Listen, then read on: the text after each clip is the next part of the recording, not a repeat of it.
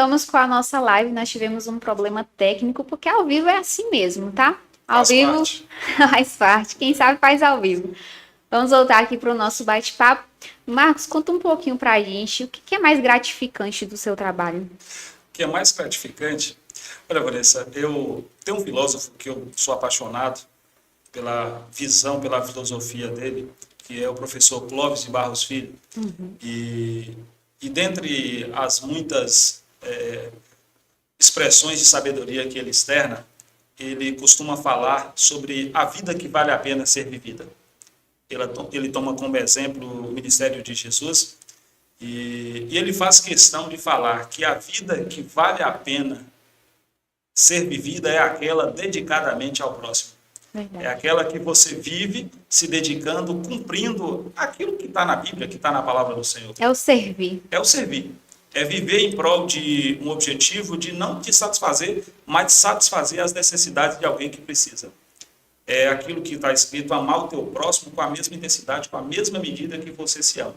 Então, estar vereador e ter a oportunidade de servir as pessoas, de ver que as suas ações, de algum modo, mudou a vida de alguém, isso apetece. Isso aí te traz uma satisfação, uma realização de dever cumprido, de que você está cumprindo o ID, de que você está cumprindo a sua função social como cristão, como ser humano, como político. Então, servir é o que dá prazer na política. É o mais gratificante. Exatamente. Marcos, eu creio que você já conduziu muitos projetos aí nesses 2 anos de mandato, né? Sim. Tem algum projeto que para você assim, foi marcante, que você sente orgulho, né? Foi um projeto especial que você sente orgulho de ter conduzido? Ah, com certeza. Tem uma causa que eu abraço e que eu apadrinhei há uns 4 anos atrás, que é a causa autista. E quando nós começamos, nós não tínhamos absolutamente nada de políticas públicas dentro do município que tratava dessa matéria. E desde então, a gente vem tentando positivar políticas públicas voltadas para o público autista ou para o público com problemas de neurodesenvolvimento, que é o TDAH e outras situações similares. E mais ou menos uns 6 ou 7 leis que já foram positivadas, desde políticas públicas para o atendimento, a prioridade do tratamento, uma diversidade de políticas públicas que foram positivadas e que eu tive a oportunidade de ser autor ou coautor dessas legislações. Então, isso aí, para mim, talvez seja, talvez não, com certeza, dentro da minha legislatura, foi o que mais me deu satisfação. Foi, de alguma forma, modificar a vida dessas pessoas. O mais especial, né? Exatamente. Como que você faz para manter o diálogo equilibrado, né, entre os vereadores? A gente demora um pouco para poder entender que o problema não é nosso. Vanessa, eu te confesso que no início do meu mandato, eu tinha dificuldade de separar o problema político do problema pessoal. E a relação interpessoal política, ela requer isso de nós. Sim. De entender que a diversidade de ideias, a pluralidade de pensamentos é salutar, é saudável. E eu tenho que entender que eu não sou o dono da razão.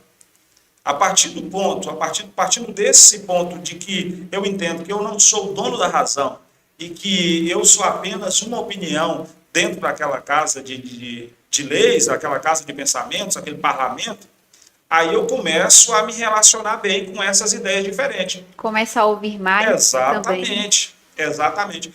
Há uma analogia que eu tomo como exemplo. Se você colocar o numeral 6 entre nós, no meu polo eu vou enxergar o 6, mas você no seu polo vai enxergar o 9.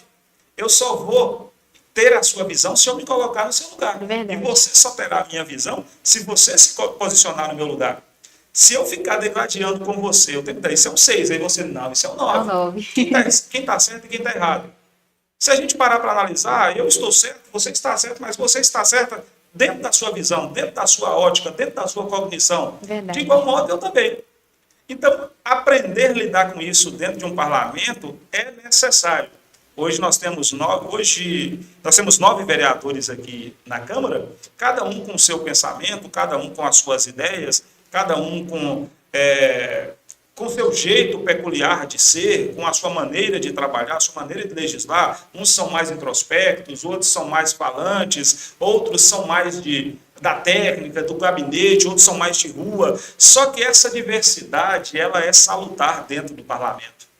E o legislativo se constrói dessa forma, com essa diversidade de pensamentos. Verdade. E é importante você ter essa visão, Sim. até para, de certa forma, extrair o melhor de todos. Sim, né? sim. Se uma pessoa que ela é mais do administrativo, se ela for para a rua para visitar o povo, conversar, possivelmente não vai ter um bom resultado.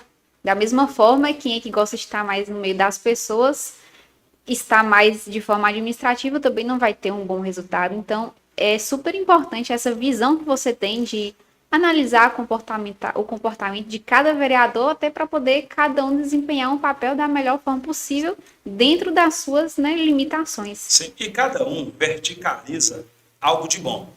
Tem vereador lá que é excelente na oratória, tem vereador que é excelente na escrita, tem vereador que é um excelente ouvinte, que chega, que escuta o eleitor, que escuta o cidadão, que tem prazer de sentar horas e horas e ouvir as demandas. Já tem vereador que ele é mais elétrico, que ele é mais eletrizado, que ele não consegue parar quieto, está em uma comunidade hoje, está em outra comunidade amanhã. Então, essa diversidade constrói o parlamento. É saudável. É saudável. É saudável e as pessoas precisam dessa diversidade. Porque já pensou se todos nós fôssemos horizontalizados e ninguém verticalizasse? Fulano se identifica com as questões voltadas para a saúde. Já fulano também tem que identificar com a saúde. Não. Ciclano identifica com as questões da educação. Eu me identifico com as questões da assistência social, ou posso me identificar com as questões voltadas para o esporte, e a gente vai construindo o espaço legiferante dessa forma. Verdade. Tem alguma situação engraçada ou inusitada que já aconteceu com você durante alguma sessão ou fora da sessão durante esses 2 anos de mandato? Sempre tem. Eu não me recordo aqui de uma situação inusitada no momento, mas acontece. Das pessoas, principalmente quando as pessoas entendem a sua função de vereador de forma distorcida e acredita que você é uma espécie de mini prefeito ou que você tem uma varinha de condão para tocar no problema e o problema desaparecer. Olha, eu falei na semana passada e você não resolveu. Olha, o carro não passou para pegar. E a gente vai lidando com essas questões do dia a dia, entendendo que o cidadão ele não tem a obrigação de saber isso. Nem todos tiveram a oportunidade de sentar em uma cadeira acadêmica e entender essa tripartição e essa separação dos poderes. Então, mas até o final do podcast, se você lembrar, conta pra gente, Com tá? certeza. Que demanda que mais tem chegado hoje da população lá na Câmara para vocês? Quando se trata de uma cidade do tamanho de Jordânia, a gente recebe demanda de todas as áreas. Se nós fôssemos fazer aqui uma retrospectiva de como estava Jordânia há um tempo atrás, e como ela tem chegado nos dias atuais, a nossa visão é de que melhorou. Melhorou principalmente na questão da saúde, as especialidades médicas e uma série de outras situações que nós pontuamos melhor do que antes. E tomara a Deus que a gente continue assim, crescendo. Porque estamos no mesmo barco. Sim. E se o barco afundar, afundaremos todos juntos. Mas as demandas elas sempre aparecem nas questões da saúde, nas questões da educação e assim como toda cidade do interior, como toda cidade pequena, a gente vai lidando de acordo à maré.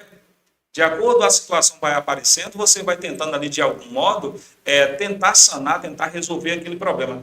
O orçamento de um município do tamanho de Jordânia, Vanessa, é um cobertor de pobre. Você cobre os pés. Quando gela a cabeça, você cobre a cabeça e daqui a pouco os pés estão gelando. Os pés estão gelando. E a gente vai levando dessa forma. Nós recebemos demanda lá em todas as áreas. Tem semana que a gente recebe muita demanda. Saúde, né? Social. Para a saúde, para o social. Depende muito do dia. Imagino.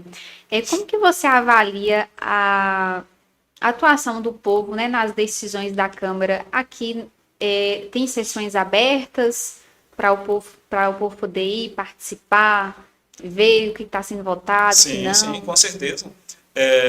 não só as sessões são abertas, como também são transmitidas. A Câmara é um espaço público, é a casa do povo, né? Sim. As pessoas têm que se sentir à vontade e as pessoas precisam externar essas suas opiniões. Obviamente, essa opinião é externada por meio de um representante, assim como a Constituição preconiza, que o poder emana do meio do povo, mas ele é exercido por meio de um representante legal, mas esse poder não sai do povo. Sim. E nós, apesar de termos meios de consulta à população, seja através do plebiscito, referendo, mas nós temos outra forma de consulta melhor, que é o diálogo. Sim. Ouvir a população, entender a necessidade, o anseio, porque, como eu falei no início, o vereador não é dono da razão. O vereador ele não tem uma varinha de condão, o vereador ele não sabe tudo. O vereador ele lida e aprende no dia a dia ali de acordo com a demanda que vai aparecendo. Então, há situações que para nós são situações novas, situações inéditas no município e que a gente precisa bater esse papo com a população para entender, será que é realmente isso aqui que vocês estão querendo? Será que se a gente positivar determinada lei, será que isso vai satisfazer o anseio da população jordaniense?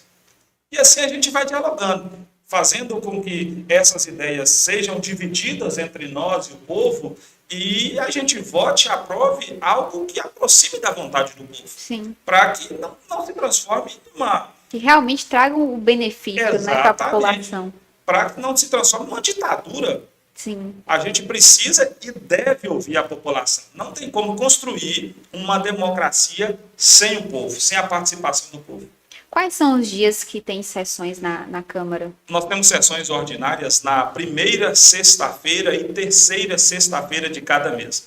Só que nesses intervalos nós temos sessões extraordinárias. As sessões extraordinárias, geralmente elas acontecem na parte da manhã. Além disso aí, nós temos as sessões das comissões. Porque cada projeto de lei, às vezes as pessoas imaginam que, para quem não tem uma habitualidade de frequentar o espaço legislativo, as pessoas imaginam que a lei chega lá, o vereador pegou, colocou na mesa, votou e está pronto. E não é assim. Existe todo um processo, interno, né? que determina como vai ser o rito, o processo para a execução até a aprovação daquela lei ou reprovação, que nem sempre as leis são aprovadas. Sim. As comissões elas são responsáveis por analisar a questão de constitucionalidade, se há semânticos aparentes, se não há engano, se não há um engodo por trás, se não há um duplo sentido no texto da lei. As comissões têm essa finalidade. Outrora, as comissões têm a finalidade também política de analisar se aquela demanda, ou melhor, se aquele projeto atende à real demanda que a população tem.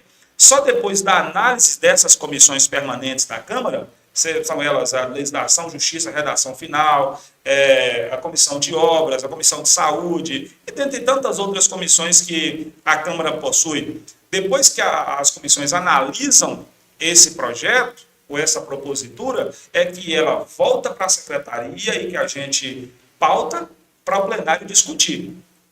Só aí que a gente vai decidir se aquele projeto deve ou não ser aprovado.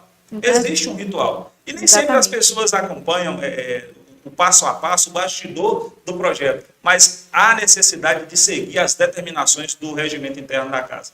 Você comentou também que as sessões elas são transmitidas, né? Também o dia que tem essas sessões. Quais são os canais que a gente pode estar acompanhando? A gente transmite pelo Instagram da Câmara Municipal de Jordânia, pelo Facebook e pelo YouTube.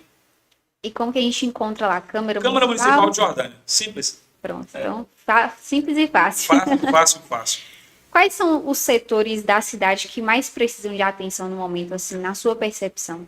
Na minha percepção, hoje, talvez, não que eu esteja trazendo como crítica à gestão, mas trazendo uma observação sobre a estrutura que foi recebida. Hoje, a Secretaria Municipal de Obras, ela tem uma gama de demandas. Nós recebemos uma cidade destruída, entre aspas. Sim. Se você andar pelas ruas de Jordânia, você vai perceber que não tem uma rua sequer que o calçamento está perfeito. Se você andar pelas ruas principais, você vai ver as dificuldades que as pessoas vão ter para circular ali no dia a dia, dado a depressão das pedras, do calçamento, ou até mesmo na parte que tem o asfalto. Verdade. A Secretaria de Obras, além de atender às demandas de estrutura da parte urbana do município, a Secretaria também atende as estradas rurais, as estradas vicinais, as pontes, e uma infinidade, desde o saneamento básico a questões de estruturação. Como a secretaria não tem hoje um suporte, não que a prefeitura, que o prefeito não esteja dando, mas não tem um suporte financeiro suficiente para poder sanar, eu acredito hoje que a nossa maior deficiência é nas obras. Porque na saúde, graças a Deus, a gente conseguiu aí alguns investimentos e algumas parcerias, e o prefeito ele tem trabalhado muito bem nesse segmento, e nós conseguimos especialidades médicas, nós conseguimos aí praticamente zerar as cirurgias de catarata, a demanda hoje é bem pequena, várias cirurgias eletivas têm sido feitas, têm sido realizadas, tanto em Almenara, Teoflotone, em outras cidades parceiras aqui da região. A saúde está bem assistida. A saúde, de certo modo, está bem assistida. Obviamente, nós precisamos melhorar. Eu não estou com isso aqui falando que nós não precisamos avançar em outras áreas do município. Sim. Mas hoje, talvez a nossa maior debilidade, a nossa maior deficiência no momento, e repito, não é por falta de profissionalismo ou capacidade do secretário. Mas emendas, né? É falta de recurso financeiro nessa pasta.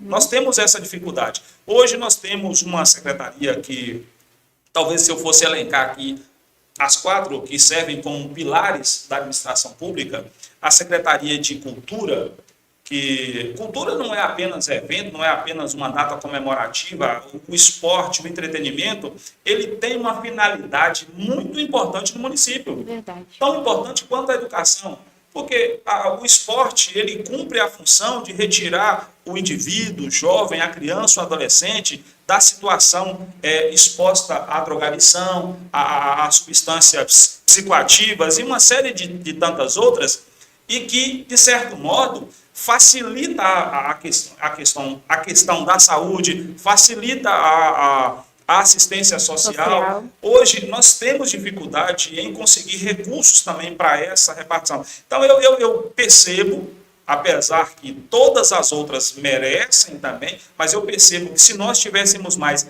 investimentos para esse segmento, nós poderíamos avançar na questão... Ainda mais, né? Ainda mais. A Secretaria de Esporte, como você falou, ela engloba muita coisa, né? Muita coisa. São várias vertentes. Isso, várias vertentes que precisa também de uma atenção. Sim, né? Nós temos, no caso nosso, a Secretaria de Juventude, Esporte, Cultura e Lazer. Uhum. Então, se você pegar o Estatuto da Criança e do Adolescente, parte do artigo 4º daquele estatuto é praticamente responsabilidade da Secretaria de Esporte. Promover atividades. Né? Exatamente.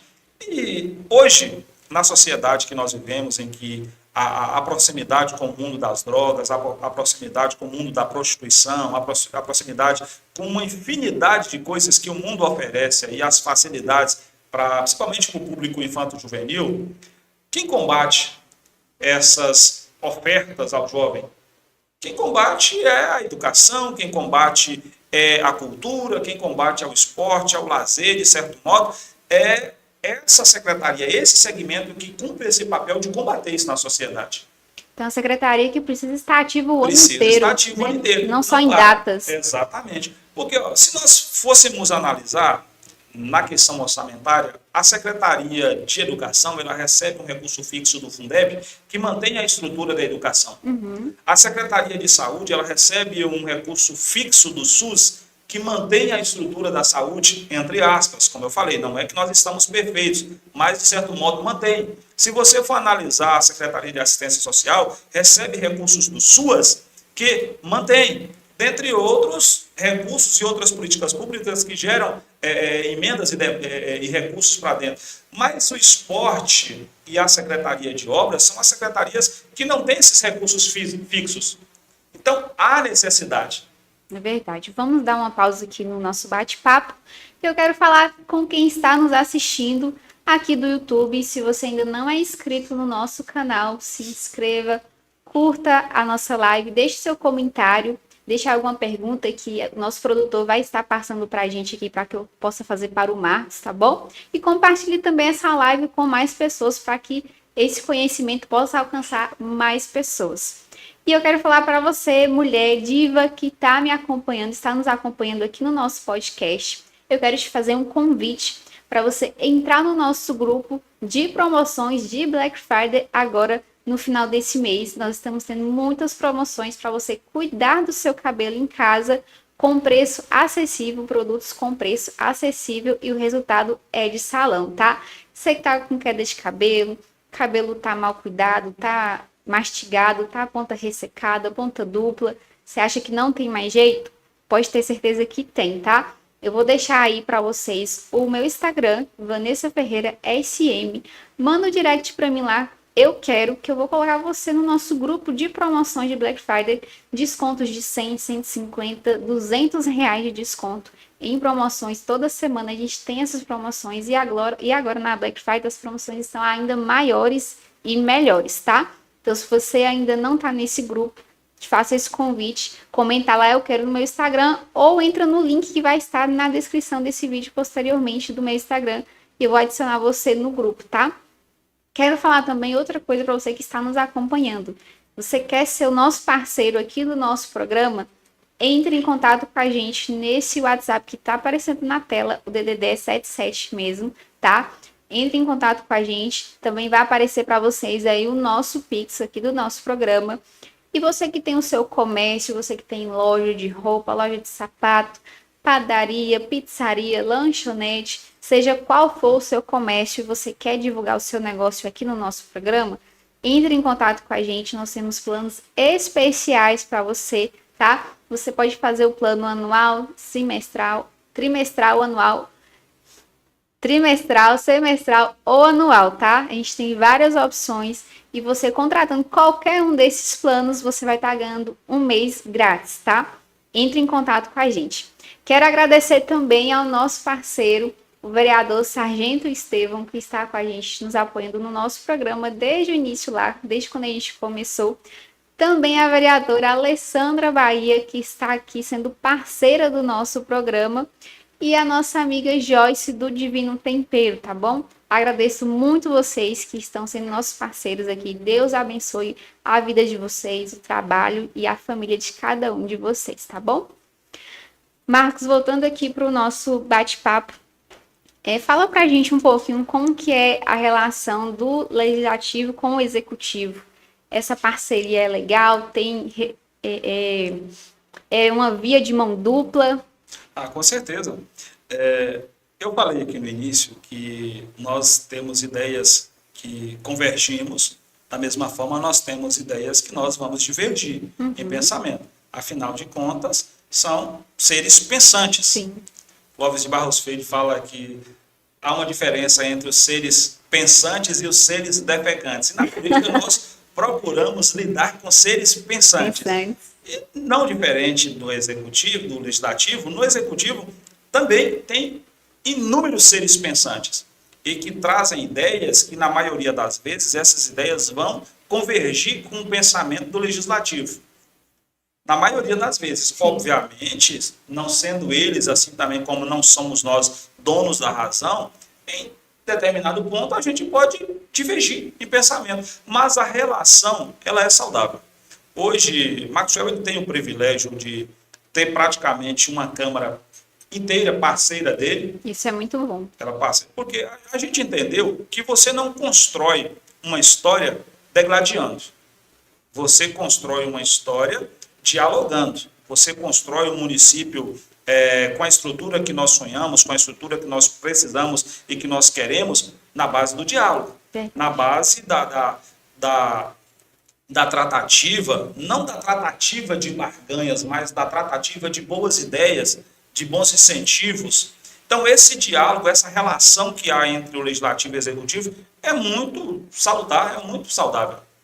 Não tem o que reclamar, não. Isso é bom, muito bom. Assim o município é beneficiado Sim. como um todo, né? Verdade. Isso é ótimo. Existe algum projeto que está em andamento que você acredita que vai transformar a cidade de Jordânia? Ô, Vanessa, nós já tivemos na pauta esse ano uma infinidade de projetos. Nós temos alguns projetos que estão em andamento, mais voltados para a questão estrutural, como, por exemplo, a ampliação da área urbana do município, que logo mais nós teremos ele na pauta, E assim como nós temos outros projetos mais voltados para a estrutura do município. Mas, dentre os inúmeros projetos que eu sonho em ter na pauta para poder discutir, é um novo código de postura do município. Nosso código de postura ele é muito defasado, ele é muito antigo. Para você ter ideia, no código de postura nosso, que eu creio que é de 70 e alguma coisa, acho 71, 72, trata de estebaria, trata de chiqueiros, trata-se de puleiros, trata de estrutura que o município nem tem mais. É uma realidade bem Diferente, bem diferente. Só que a competência de trazer esse código de postura, ela é privativa do executivo.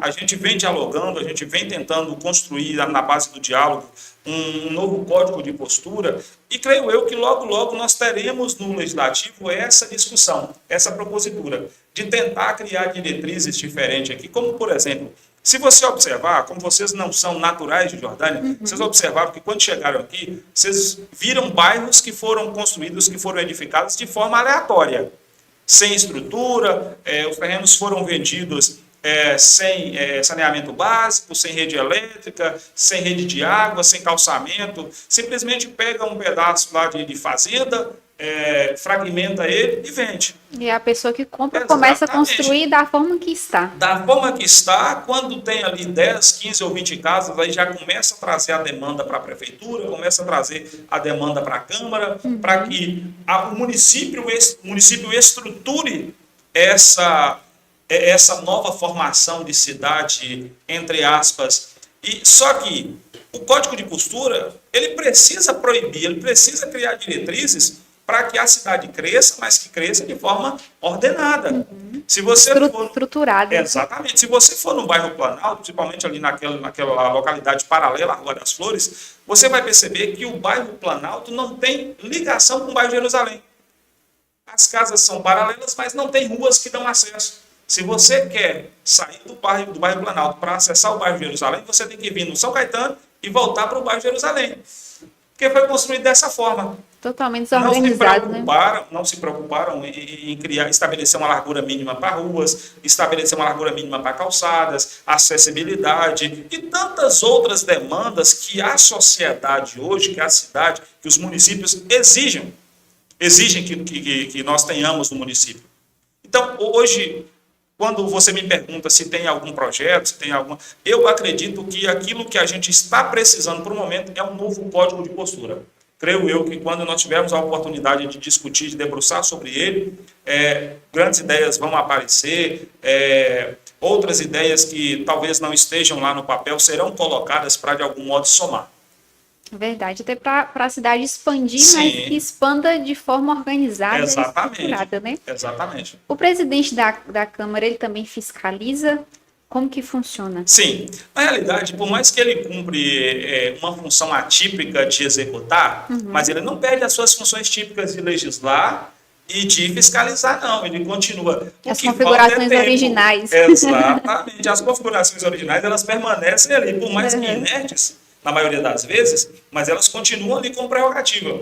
O que acontece é que, na maioria das vezes, quando você exerce a função de presidir a casa, você não tem mais a mesma disponibilidade. Eu confesso para você que eu amo estar na comunidade rural, eu amo estar nos distritos, eu amo estar na rua, no dia a dia com as pessoas, mas eu preciso também estar lidando com a questão financeira do dia a dia da Câmara. Eu preciso estar lidando com o setor pessoal da Câmara. Eu preciso estar lidando com aquilo que faz a máquina funcionar. Apesar de termos excelentes funcionários, tanto no anexo da Câmara, que é a parte que funciona aqui próximo ao centro, quanto no prédio onde nós tratamos das questões políticas, nós temos excelentes funcionários, fazem a máquina funcionar, mas o presidente precisa estar lá próximo. É na assinatura de um empenho, é no despachar de um documento, é na aquisição de um bem. Isso aí consome o nosso tempo, o nosso dia a dia. Mas nós não perdemos ali as nossas configurações originais de legiferante, como você colocou. Interessante. Eu creio que a política de Jordânia ela tem evoluído bastante, né? Muito. Na sua opinião, que pontos que têm sido assim mais destacados? Olha, hoje eu tomo como exemplo a Câmara de Jordânia, porque de lá melhor, que eu represento o Legislativo, nós começamos pela estrutura. A nossa Câmara, ela é composta por 4 mulheres e 5 homens. Você já percebe que há um avanço nessa política de gênero. E tomara a Deus que a gente continue assim, porque por mais que a sociedade é patriarcal, mas nós homens temos que ter esse olhar complacente e entender que nós não somos e nem temos o direito de pisar nas mulheres. E as mulheres precisam cumprir a sua função social na sociedade. Jordânia é exemplo. E em meio a inúmeras câmaras aqui, eu acho que Jordânia é uma das poucas que tem praticamente meio a meio. Equilibrado, né? Equilibrado, é uma das poucas. Uma outra questão que eu falo isso com muito orgulho é que nós temos tido no Legislativo pessoas que se preocupam em saber o mínimo do direito, em saber o mínimo sobre o que é legislar, em saber o mínimo o que é fiscalizar, para estarem sentados ali. Hoje nós não temos pessoas totalmente leigas. Se você for analisar o exemplo da Câmara de Jordânia, cada um lá tem sua história, cada um construiu o seu espaço para poder estar ali. E, obviamente, quando eu falo que nós precisamos ter um pouco de conhecimento do direito, eu tomo como exemplo o ex-ministro Celso de Mello, quando ele fala que aquele que só sabe o direito, nem o direito sabe, é que esse olhar humanitário, esse olhar complacente com o próximo, ele não pode fugir da nossa essência, não. Apesar de termos a obrigação de sabermos um pouco sobre a técnica legislativa, nós precisamos estar lá como seres humanos, de pessoas que cuidam de pessoas que se importam com pessoas. Então, eu percebo, quando você me pergunta quais os avanços, inúmeros são os avanços na política de Jordânia, seja na política pública, seja na política partidária. A exemplo disso, nós tivemos uma revolução no município. Um grupo que reinava praticamente há 20 anos no poder, de repente, alguns vereadores se levantam e começam a questionar aquela conduta, e no ano seguinte a gente tem uma reviravolta nisso aí. 3 improváveis que levantaram esses questionamentos, e dentre nós surgiu um vereador que se tornou prefeito dessa cidade. Isso para nós é uma revolução. E não se tornou prefeito apadrinhado de um político do executivo, não. Isso a gente tem que falar. Foi pela força que o Legislativo exerceu. Foi pela força que o Legislativo exerceu. Porque o usual aqui sempre foi alguém do executivo apadrinhar talvez um vereador, talvez alguém ali que de certo modo representasse uma função na sociedade, e dessa vez foi diferente. De dentro do Legislativo emergiu essa força que lutou por interesse da população, e lá nós temos hoje alguém que um dia foi representante do Legislativo. Então, são inúmeros os avanços. Se a gente for parar para pontuar aqui, eu falaria aqui horas e horas das qualidades, dos avanços e também de muito que nós precisamos melhorar. Verdade. Quando você assumiu o cargo de presidente da Câmara, né, você teve algum receio, alguma preocupação? Ou foi tranquilo? Com certeza, e muito. Eu continuo tendo. Como eu falei, estar na presidência da Câmara é cumprir uma função atípica. Não é aquilo que eu exercia antes. Sim. As minhas funções típicas sempre foi criar as normas do município e fiscalizar as ações do Executivo. Essas são as funções típicas de um vereador. Quando eu assumo a presidência, eu passo a ter função atípica de executar recurso financeiro, de lidar com pessoas e gerenciar setores do parlamento. Então, essa dificuldade, sim, sempre acontece. Porque, como eu falei no início também, Vanessa, o nosso conhecimento, ele é verticalizado em determinado setor, mas os demais são horizontalizados. Você não sabe de tudo, você não tem o domínio de tudo. Então, esse frio na barriga, e é até importante que tenhamos esse frio na barriga, para que a gente não caia na zona de conforto, e acredite que sabe de tudo, e meta os pés pelas mãos. Esse medo, esse temor, ele estava presente. Ele estava presente para mim no início. E ainda está. Afinal de contas, é uma caneta que, da mesma forma que você pode usar para beneficiar pessoas, você pode usar para se prejudicar. Verdade. O presidente da Câmara, dentre as inúmeras funções que ele exerce como prerrogativa deixada pelo regimento interno, gerir a parte financeira é uma delas. Hoje, a gente tem como a gente tem de recurso por mês na Câmara, aproximadamente R$ 200 mil, que é usado para pagamento do setor pessoal, para manter a estrutura da Câmara, para manter os carros, para manter uma infinidade de serviços que a Câmara tem. E se nós não tivermos a cautela, o cuidado, o zelo para entender que aquilo não é seu, você mete os pés pelas mãos. Verdade. Você começa a fazer besteira, você começa a fazer gastos exagerados, você começa a comprometer o orçamento do legislativo. Gastar mais do que entra, mais né? do que pode. Então, isso aí é preocupante. Essa mesma função que te dá a prerrogativa de ajudar pessoas pode prejudicar. Afinal de contas, o Tribunal de Contas está aí, é para isso. Verdade. Fiscalizar. Fiscalizar e podar aqueles que acreditam que agem com excesso. Como que a Câmara pode ajudar no desenvolvimento econômico da cidade? Como que ela atua nessa área? Sempre. Uma das funções da Câmara é criar as normas do município. E normas elas que vão desde a estruturação às questões financeiras. Agora, por exemplo, nós temos lá em andamento as leis orçamentárias. E o orçamento ele trata de todas as secretarias, de toda a estrutura do município. Quando a Câmara recebe a propositura da LOA, do LDO e do PPA, para poder discutir, deliberar sobre, a Câmara ela tem que deliberar da melhor forma possível que o recurso seja gasto. Muito obrigado. Que o recurso seja gasto de modo a satisfazer as necessidades do município. Então, quando eu exerço com maestria a minha função de elaborar bem uma lei orgânica, me preocupando ali com as questões, uma lei orgânica não, com a LOA e com a lei de diretrizes orçamentárias, quando eu crio boas diretrizes para que esse recurso seja gasto, quando eu me preocupo com o orçamento, olha, eu percebo que eu preciso melhorar o recurso lá para a saúde na questão das TFDs. E eu tenho essa preocupação e eu tento, de alguma forma, elevar o percentual que poderá ser gasto. Eu vou, de algum modo, melhorar, contribuir para que as pessoas que necessitam de um tratamento fora do domicílio. Quando eu tenho essa mesma preocupação na questão da Secretaria de Obras, da estrutura, do saneamento básico, eu vou contribuir com a questão econômica, com a questão estrutural do município. Então, dentre as inúmeras maneiras, essa é uma forma de contribuir. Uma das, é verdade. Marcos, qual a sua visão sobre a participação dos jovens aqui na política do município?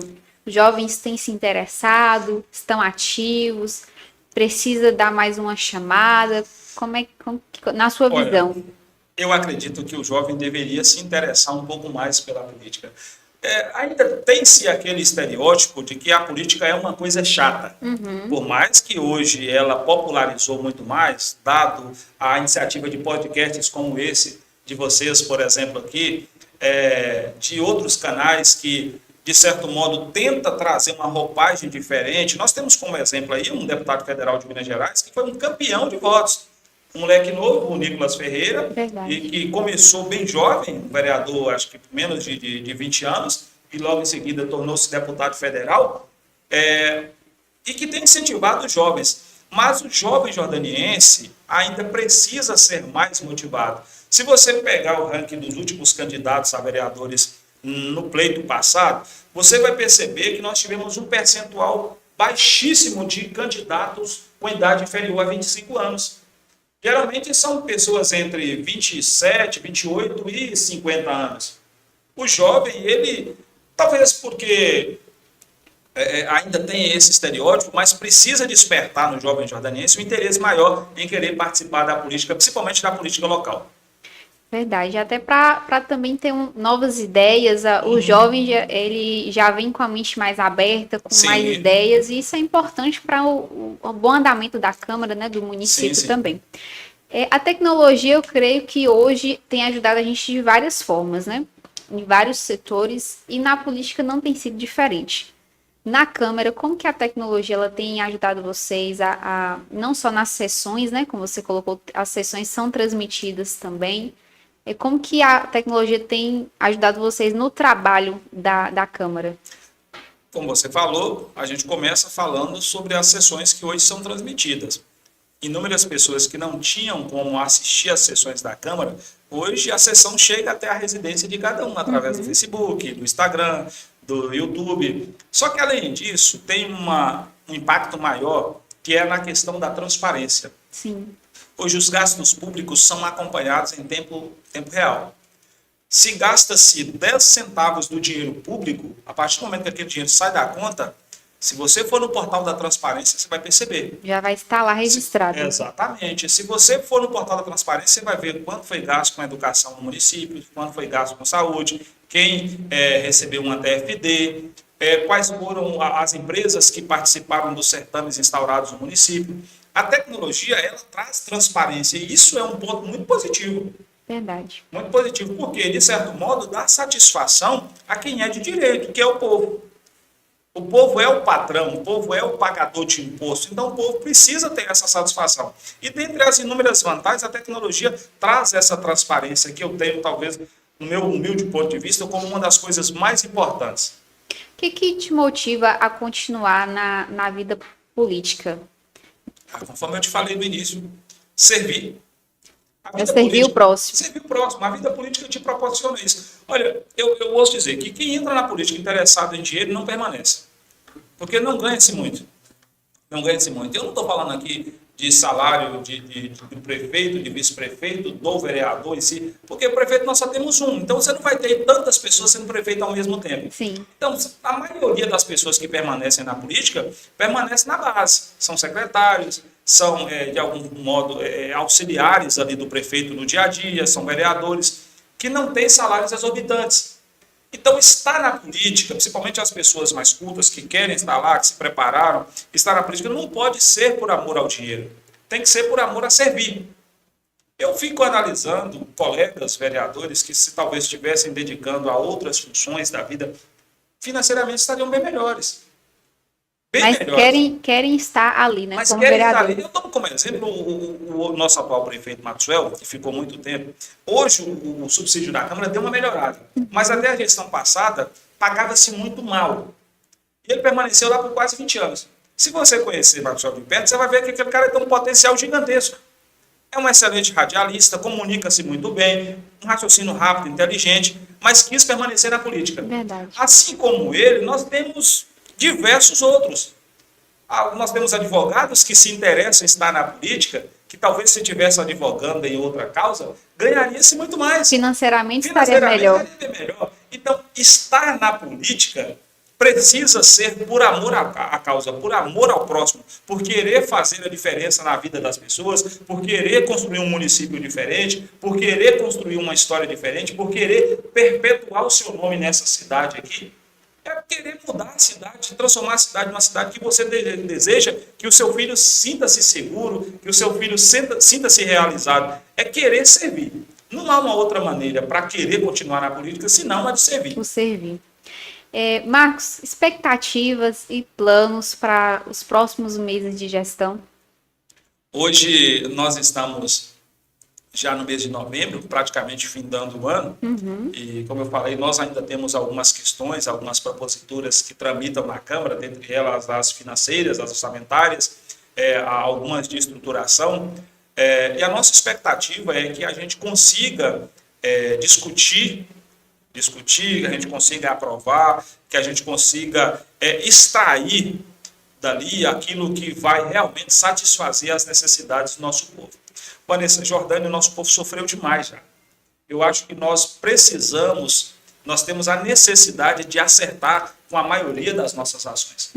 Então, eu acho que o meu pensamento, o meu propósito imediato é dar esse resultado, é trazer esse resultado para a nossa cidade. Uma resposta que as pessoas não fiquem mais tanto tempo na fila do SUS esperando para fazer uma cirurgia eletiva, que as pessoas não tenham que voltar reiteradas vezes na Secretaria de Saúde, na farmácia básica para buscar um remédio da diabetes, um remédio de pressão. Nós precisamos dar essa resposta para o povo. Então, a minha expectativa, o meu objetivo maior é que nós tenhamos resolutividade para esses problemas que ainda nos assolam, mas que aos poucos vem tendo resultado para isso. Isso é muito importante. Marcos, para a gente encerrar o nosso papo aqui, foi muito bom. Já vai parar? Mas se você quiser, a gente continua. É assim que eu quero te perguntar também. Você falou que você tem falado aqui para a gente muito de Deus, da Bíblia, Conta um pouquinho para a gente a sua história como cristão, como começou, quando começou, quanto tempo. Eu nasci em um lar cristão. Meus pais são pastores evangélicos, dirigentes de uma congregação lá na Ribeira do Gaviaçu. Antes, eles foram dirigentes da congregação do Estrela. E eu nasci e cresci nesse lar cristão. Eu aprendi desde muito cedo a importância do temor a Deus. Talvez seja isso o que me motiva a querer sempre fazer aquilo que é certo. Então, crescendo e aprendendo dessa forma, eu procurei, de algum modo, agradar a Deus. Eu procurei, de algum modo, querer viver a vontade dele. Eu comentei aqui antes com o pastor Jean que eu acreditava no início que eu seria um pastor evangélico. E talvez ainda seja. Mas a minha referência de Deus sempre foi algo que eu trago no meu coração e faço questão de externar no dia a dia. Faço questão de deixar claro para as pessoas que por mais que hoje eu esteja em um espaço que é tido como laico, eu não sou laicista. Eu defendo uma bandeira, que essa bandeira é do cristianismo, que eu professo uma fé e que essa fé que eu professo, eu não negocio ela com ninguém. Que essa fé que eu professo, eu não negocio com tratativas, ainda que me ofereça vantagens para sobrepor. Ela não está na mesa para negociação. Então, a minha trajetória com relação a Deus, ao cristianismo, aquilo que eu venho procurado construir, ela, de certo modo, me preparou para chegar onde eu cheguei. Outro dia alguém perguntou para mim o que era Deus para mim, o que Deus representava para mim. E eu tomo como referência um diálogo, um discurso que Deus teve com o próprio Moisés, que o dia que Moisés recebe a ordenança para libertar o povo egípcio, e ele está indo e de repente, eu estou colocando aqui de forma conjectural, de repente, mas espera aí, e quando me perguntarem quem me enviou, eu vou falar quem me enviou. Quem foi? Quem foi? Me fala aí seu nome, de onde você é, qual é a sua referência? E Deus responde para Moisés uma coisa que é muito mais profundo do que a gente imagina. Só fala que o eu sou te enviou. E mais à frente, Moisés vai entender o que é o eu sou. Porque o eu sou na vida de Moisés foi Deus sendo alimento no dia que ele teve fome. Deus sendo água no dia que ele teve sede. Foi Deus sendo a providência no dia que faltava tudo. Foi Deus sendo o escudo no dia que ele era atacado. Então Deus para mim é isso. Deus é a minha necessidade, aquilo que eu preciso no momento. É o seu ele tudo, supre. né? É o meu tudo. É o meu tudo e com isso eu não negocio. Eu não negocio jamais. Você mandou alguma coisa? Marcos, e assim, isso é muito importante para o seu trabalho também como vereador, também como presidente, né, da Câmara, até para que você consiga, de certa forma, entender as pessoas, que é o que a gente tem falado desde o início, que é o servir. Hoje as pessoas têm muito essa dificuldade de servir o próximo, de estar à disposição do próximo, e a gente percebe que você tem feito esse papel da melhor forma possível, e cremos também que isso é Deus que tem te capacitado para estar ali. Se você está ali foi porque Deus colocou você, né? E você tem desempenhado da melhor forma possível, conforme Deus tem te orientado, tem te dado sabedoria. A gente tem pergunta aqui do nosso telespectador, da N. Lopes, mandou a seguinte pergunta para a gente. O Legislativo tem procurado conhecer os trabalhos voluntários que são realizados em Jordânia para combater a drogadização? Sim, nós temos conhecimento de muitos. Obviamente, esses trabalhos voluntários são agregados em parceria de políticas públicas. Dentre os inúmeros, eu posso tomar como exemplo o Talitha Kum, que cumpre um papel social importante. Eu poderia citar algumas pessoas aleatórias aqui que trabalham de forma voluntária e que têm prazer em servir dessa forma, como, por exemplo, Dona Eni, como, por exemplo, Gilberto, que trabalha na funerária. Gilberto hoje é uma grande referência no quesito de tirar o indivíduo do mundo da drogadição e levar para um espaço de recuperação. Nós temos referência aí de inúmeros que já foram, através da vida de Gilberto, agraciados com essa segunda oportunidade de vida. porque foram pessoas que realmente nasceram de novo. Pessoas que estavam aí marginalizadas, à margem da sociedade, e que hoje trabalham de carteira assinada, que têm uma família construída, pessoas que têm dignidade para sentar em uma mesa e não ser mais olhados com um olhar estranho, com medo de que ele vai, de algum modo, subtrair algo ali daquele espaço. Pessoas que receberam uma nova oportunidade de viver verdadeiramente com uma vida plena na sociedade novamente, que tiveram a oportunidade de amarem, de serem amados, de serem cuidados, de poder também cuidar de outras pessoas. Então eu poderia citar aqui alguns amigos, alguns parceiros que têm se dedicado a essa causa voluntária, mas eu vou me ater a esses 3 que eu acabara de citar. E pessoas que não têm nenhum cargo, não Sim.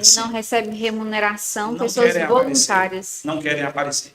Eu nunca vi nenhum deles pedirem holoforte. Olha, eu vou ajudar fulano, mas eu gostaria que você propagasse no Instagram. Eu vou ajudar ciclano, mas eu gostaria que você, de certo modo, falasse por aí que quem ajudou foi eu.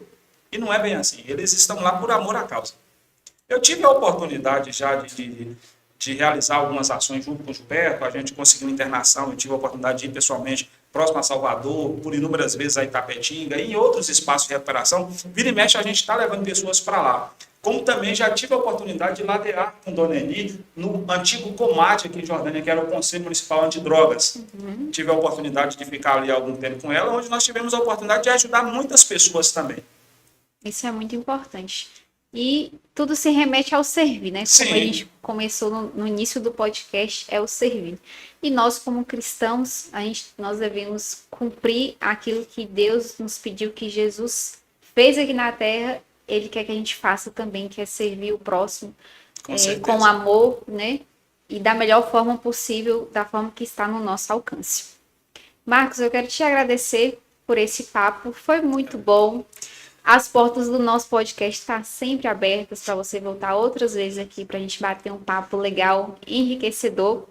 E que você vai deixar alguma mensagem para o pessoal que está nos assistindo? Que mensagem você quer deixar? Eu que só tenho a agradecer pela oportunidade de estar aqui, externando um pouco, falando um pouco sobre o nosso trabalho no Legislativo.